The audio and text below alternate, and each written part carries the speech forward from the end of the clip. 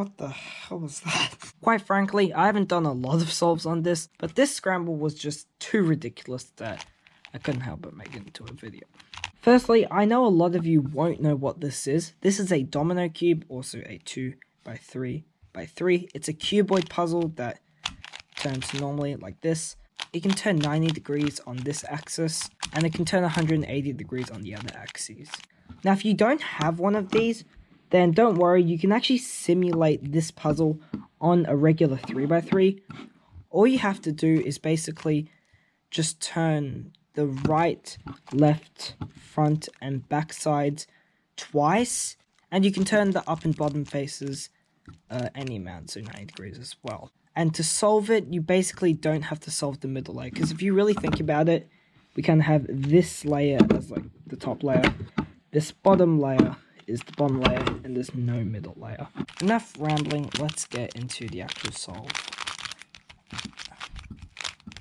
And basically, notation is pretty much the same thing, just the front, left, back, and right sides, you can only turn them 180 degrees. So what I'm trying to do here is I'm trying to solve the white cross. Now, as you can see, these two edges are solved relatively to each other. Now, it's a little easier to tell in this case because I just got lucky and a corner happened to be here, which is quite nice. But usually, this is what you try to do. But also in this scramble, I saw that my cross edges were here, and I saw that one of them had a corner attached to it. Now, there's actually two solutions I could have done here, and I'll just show you the one that I did, but I'll show all the other ones later. What I did is I actually inserted this blue cross piece into here, because this is where it belongs, because it's like opposite green. So what I actually did, and I actually didn't realize this, I actually put this in here, and what I didn't realize, or what I wasn't anticipating, when I insert this cross piece, this orange-blue corner pairs up with this orange edge, and it just makes a massive block here. So what I did is I just inserted that here. So now I rotated, and before you scream at me, let me just explain this first. So anyway, I rotated and I inserted this corner with this algorithm, R2, U, R2, U prime, R2.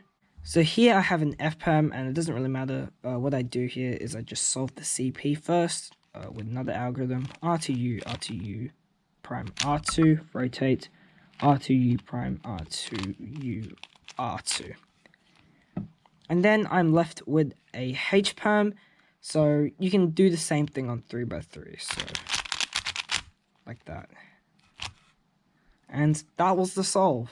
Okay, here's the other solution I promised that I would show. Basically, we have this block right here, and instead, I could have just inserted that right away, and it would have also led to something really lucky. Basically, what I could have done is I could have inserted this block immediately, so this cross edge in the corner, and this orange-blue edge now pairs up with the blue edge instead. So I could have just inserted this, and here I could have rotated, inserted that, and actually I end up with the same thing, so an F-perm, so basically do the swapping algorithm and then H-perm. So why was I telling people not to scream at this moment? Well, what I could have done from this position when I rotated here and inserted the corner, what I should have done instead is inserted this corner into here with another algorithm. It's pretty much the same thing, except you swap the U's as U prime, so R2 U prime, R2 U, R2. This would have led to an A perm. I don't think it's as good as the F perm in this case, but I mean, it's not too bad.